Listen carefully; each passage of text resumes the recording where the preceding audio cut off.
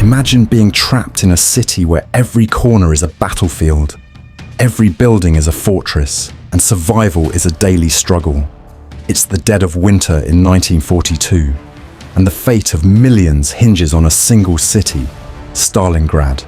Once a bustling industrial hub along the Volga River, now it's a war-torn wasteland of shattered buildings and frozen bodies, where German and Soviet soldiers fight for control.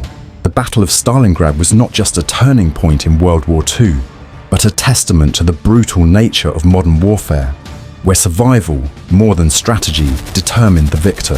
This is a story of unimaginable suffering, desperation, and the unrelenting will of a city to survive. It all began in the summer of 1942, as Adolf Hitler set his sights on the Soviet Union's southern front, hoping to capture the oil-rich Caucasus region and the strategically vital city of Stalingrad. Named after Soviet leader Joseph Stalin, this city held immense symbolic value, and its fall would have been a devastating blow to Soviet morale.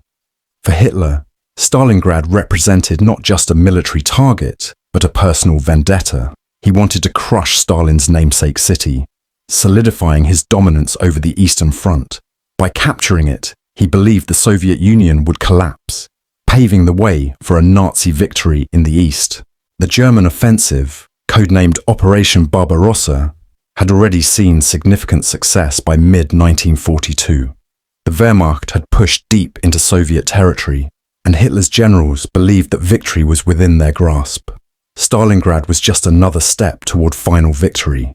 As the German Sixth Army, under the command of General Friedrich Paulus, advanced towards Stalingrad, they were confident in a swift and decisive victory. The Luftwaffe, Germany's air force, bombarded the city relentlessly, reducing much of it to rubble. But what the Germans failed to anticipate was that the destruction of the city would play right into the Soviets' hands. The shattered landscape of Stalingrad became a labyrinth of death, where the Soviets, under the command of General Vasily Chuikov, turned every ruin, basement and sewer into a defensive stronghold. As the Germans entered Stalingrad in September 1942, they were met with fierce resistance from Soviet troops, who were determined to defend their city at all costs. The fighting quickly descended into a brutal, close-quarters battle, with soldiers engaging in hand-to-hand combat among the ruins. This was not the swift blitzkrieg the Germans were accustomed to. Instead, it was a grinding, attritional war, where the front lines shifted by mere meters, and entire divisions were wiped out in a matter of days. The Germans dubbed this savage form of warfare Rattenkrieg, or Rat War, as both sides fought for control of the city's bombed-out factories, apartment blocks, and streets. One of the most infamous locations was the Mamayev Kurgan, a strategic hill overlooking the city, where control seesawed between the Germans and Soviets throughout the battle. Amidst the chaos, the Soviets launched a counter-offensive that would change the course of the battle and the war. Operation Uranus, as it was called, was an audacious plan that took advantage of the overstretched German forces.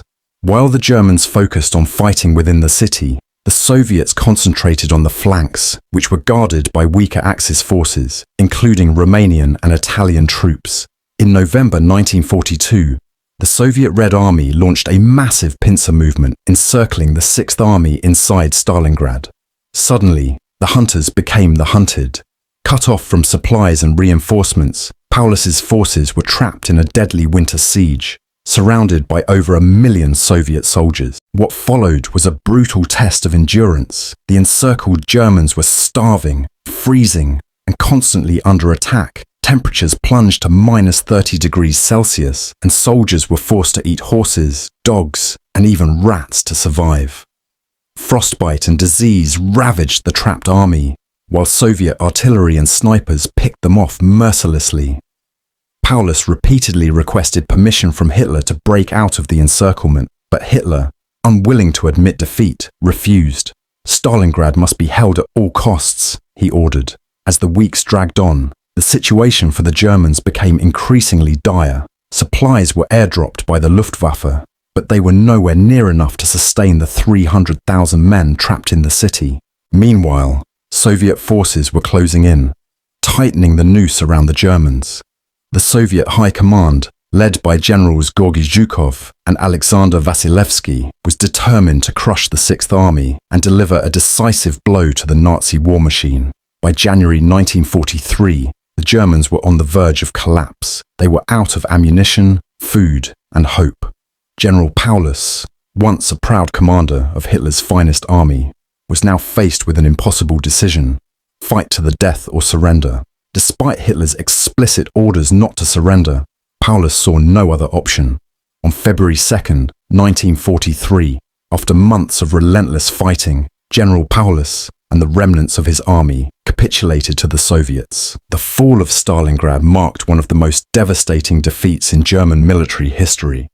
Of the 300,000 soldiers who had been encircled, only 91,000 survived to be taken prisoner, and of those, only about 5,000 would live to see their homes again, as most died in Soviet captivity. The total number of casualties from both sides was staggering. Nearly 2 million soldiers and civilians were killed, wounded, or went missing during the 5-month battle. Stalingrad became a symbol of Soviet resilience and the indomitable will of a people who refused to be conquered.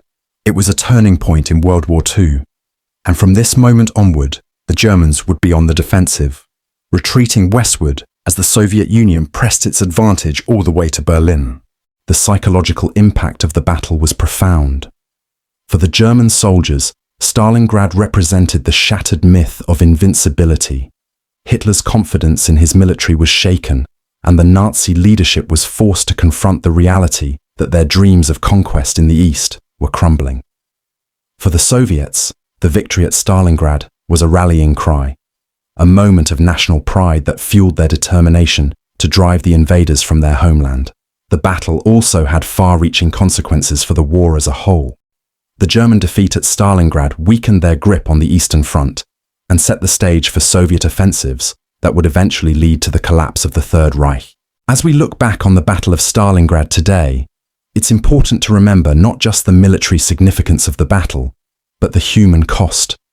The city itself was almost entirely destroyed, and countless civilians perished in the crossfire. Stalingrad was more than just a battleground. It was a symbol of the horrors of war, where ordinary people were caught up in the most extraordinary circumstances. It stands as a reminder of the resilience of the human spirit in the face of unimaginable adversity. Even now, decades later, the name Stalingrad evokes images of sacrifice, endurance, and ultimate victory against overwhelming odds. So, what lessons can we learn from Stalingrad? Perhaps it's the importance of determination in the face of seemingly insurmountable challenges. Perhaps it's the reminder that war, no matter the cause, comes at an unimaginable cost. Or perhaps it's the story of a city that refused to surrender, no matter the price, and in doing so, changed the course of history forever.